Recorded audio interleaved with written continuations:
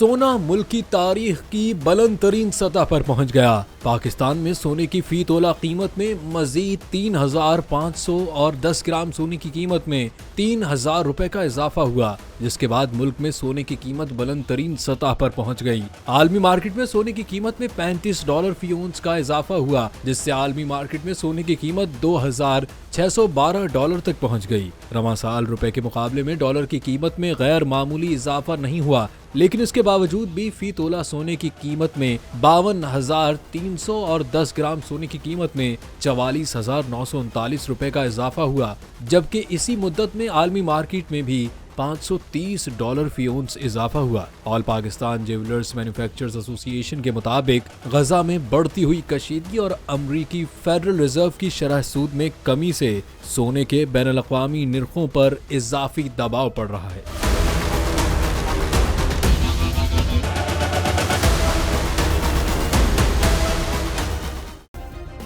Subscribe करें और bell दबाएं ताकि कोई खबर रह न जाए।